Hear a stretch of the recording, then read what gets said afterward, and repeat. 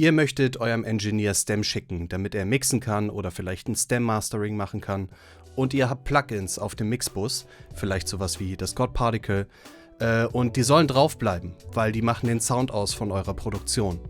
Und euer Engineer sagt, kein Problem, mach einfach den finalen Limiter aus, schickt mir die Spuren und ihr printet die Stems und schickt sie ihm. Doch wenn er sie dann zusammenbaut bei sich, dann klingen die irgendwie nicht gleich wie bei euch. Woran liegt das und wie kann man dieses Problem lösen? Darum geht es heute. Also, im Zuge eines neuen Projektes möchte ein Produzent mir Stems schicken von seinem Beat.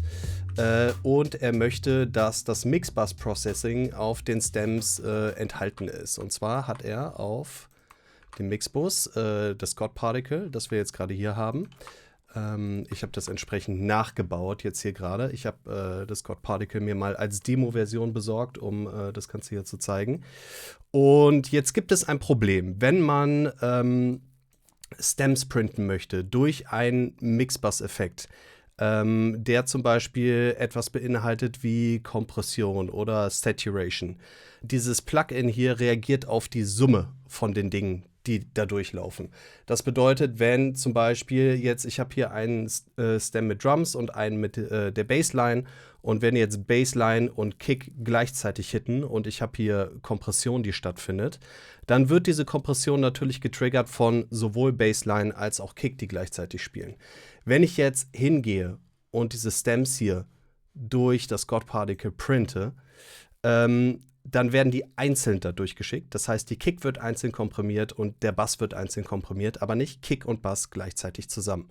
Und das schauen wir uns jetzt heute einmal an, was genau das Problem ist, das dadurch entsteht und wie man das lösen kann. Ich wollte meinem Kunden ein YouTube-Video schicken, wie man dieses Problem lösen kann, aber ich habe tatsächlich auf Anhieb keins gefunden, was einfach das Thema kurz und knackig behandelt und deswegen machen wir das jetzt entsprechend einfach selbst. Also, schauen wir uns das Ganze einmal an. Wir haben hier einen Beat und der läuft durch das God Particle. Ich mache das God Particle mal gerade aus entsprechend.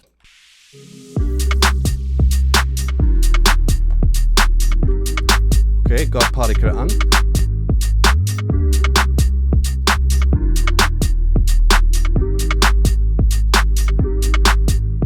Okay, God Particle macht jetzt hier, was das God Particle macht. Ein bisschen Multiband-Kompression in den verschiedenen Bereichen. Es gibt hier diese Target-Werte, die getriggert werden. Ich habe hier einen Ticken Höhen rausgenommen, einen kleinen Ticken mitten reingedreht, die Tiefen so gelassen, wie sie sind.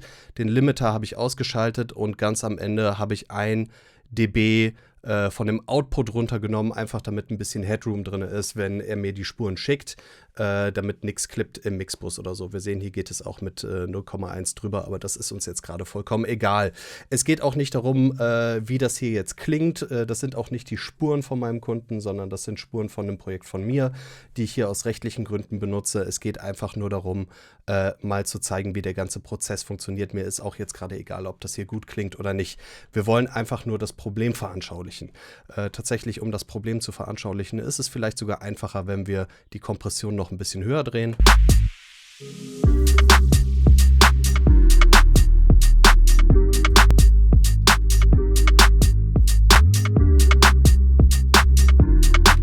Klingt nicht gut, aber einfach nur für die Anschauung. Darum geht es jetzt gerade. Also, wenn wir jetzt hingehen, wir haben hier in unserem Mixer unsere 4 Stems, die wir gerne printen möchten. Und auf dem Mixbus haben wir das God Particle. Und wenn wir das Ganze jetzt hier in Studio One einmal printen möchten mit dem Mixbus-Effekt, dann müssen wir hier entsprechend auf Tracks gehen. Und dann bounce ich das Ganze jetzt mal raus gerade. Und wir sehen jetzt hier auch schon, wie die einzelnen Stems durch das God Particle laufen. Und tatsächlich sieht man es jetzt hier auch schon bei dem Bass. Und jetzt hier bei den Synths, da passiert gar keine Kompression, weil die laufen entsprechend einzeln durch das God Particle und nicht gemeinsam.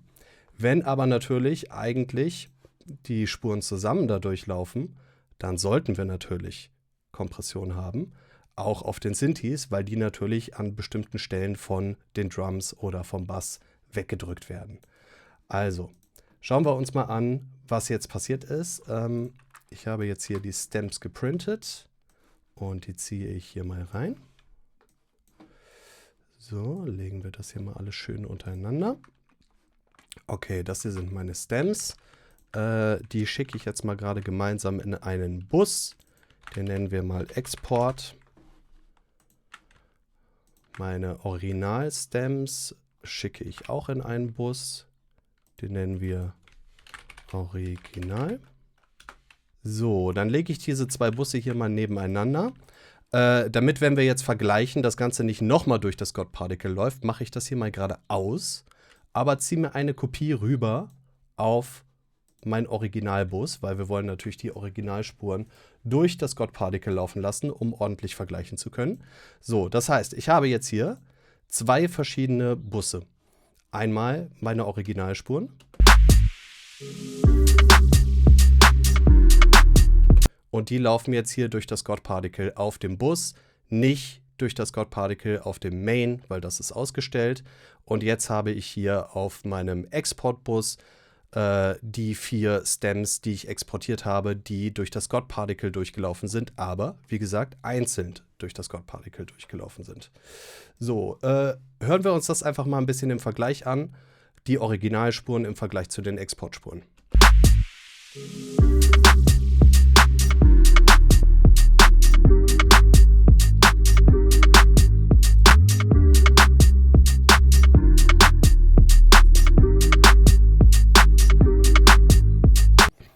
Es fällt vielleicht schon ein bisschen auf, dass das nicht hundertprozentig identisch klingt. Die Unterschiede sind wirklich minimal und vielleicht kommt es auch durch den YouTube-Codec nicht wirklich durch, aber es sind Unterschiede da. Und wenn wir uns nicht sicher sind, ob Unterschiede bestehen oder nicht, gibt es natürlich einen Test, den man immer machen kann. Und zwar kann man die Phase invertieren von den Spuren, die wir exportiert haben, um festzustellen, ob es eine Differenz gibt, die man hören kann zwischen den Originalspuren und den Exportspuren. Ich erkläre jetzt hier, damit das Video nicht zu lang wird, nicht, wie dieser Test funktioniert. Das kann man sonst noch recherchieren im Nachhinein, aber die meisten von euch kennen den wahrscheinlich auch. Ich nehme jetzt hier einfach mal das Mix-Tool auf die Exportspuren und invertiere die Phase. Wir schalten alles an und hören mal, ob wir eine Differenz hören können oder ob sich die Spuren gegenseitig auslöschen.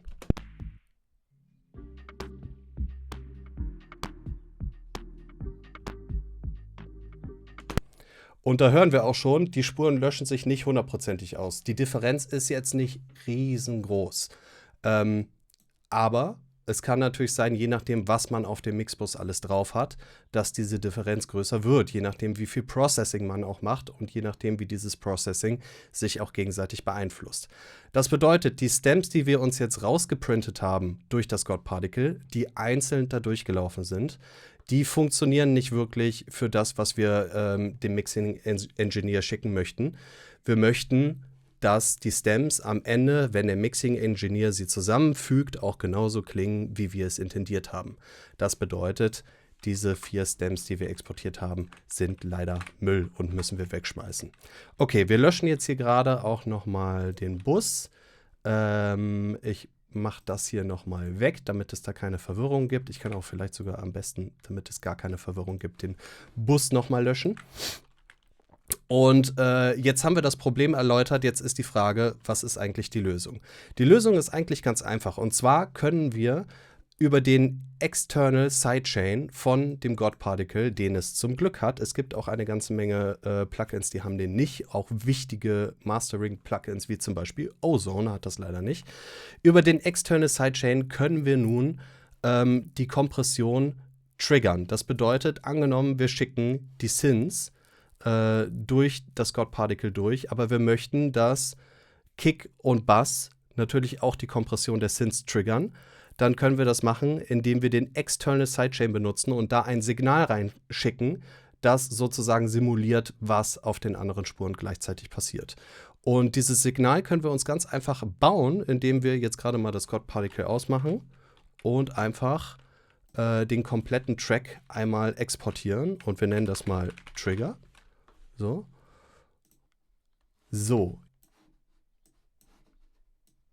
Also, das hier ist jetzt einfach nur das Instrumental komplett gebounced, ohne das God Particle. Das God Particle war aus. Das bedeutet, wir haben jetzt hier einfach nur diese 4 Stems geprintet in ein Stereo-File. Das wollen wir jetzt benutzen, um das God Particle zu triggern, aber wir möchten es dabei natürlich nicht hören. Was können wir jetzt machen? Wir müssen erstmal das entsprechend einstellen, und zwar geht das hier im God Particle. In Studio One ist es jetzt so, dass man den Sidechain hier oben einstellen kann.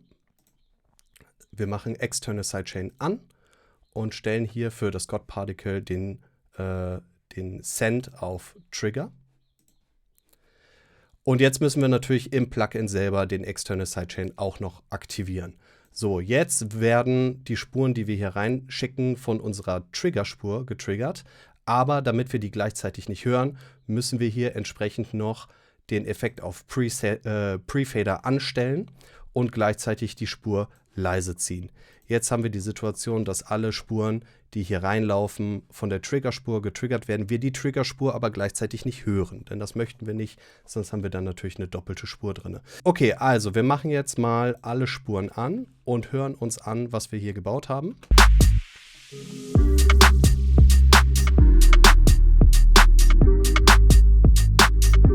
Okay, das klingt erstmal so, wie wir glauben, dass es richtig ist. Wir können jetzt hier nochmal switchen zwischen dem Internal Sidechain und dem External und achtet mal hier auf die verschiedenen Gain Reductions. Die sollten entsprechend identisch sein, weil es ja dann vom Trigger getriggert wird, der absolut gleich ist wie das, was reinläuft durch den Internal Sidechain.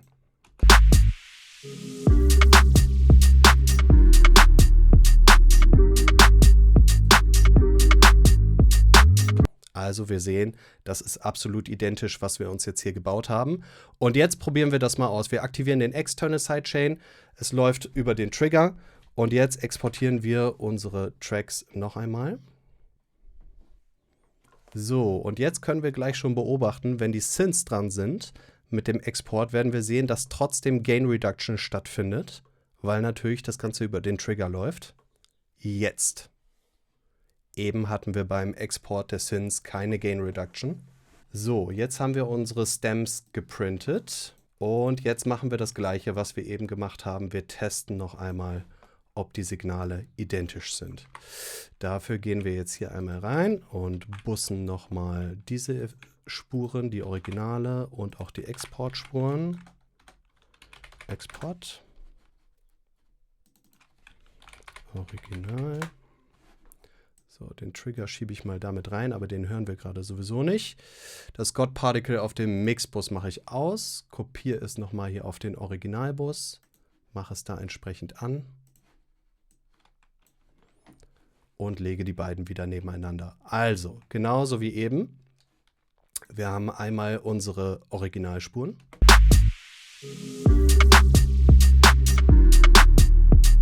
Und unseren Export.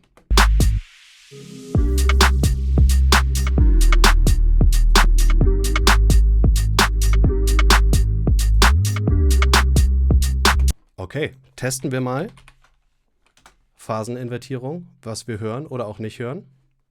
Alles anmachen. 3, 2, 1.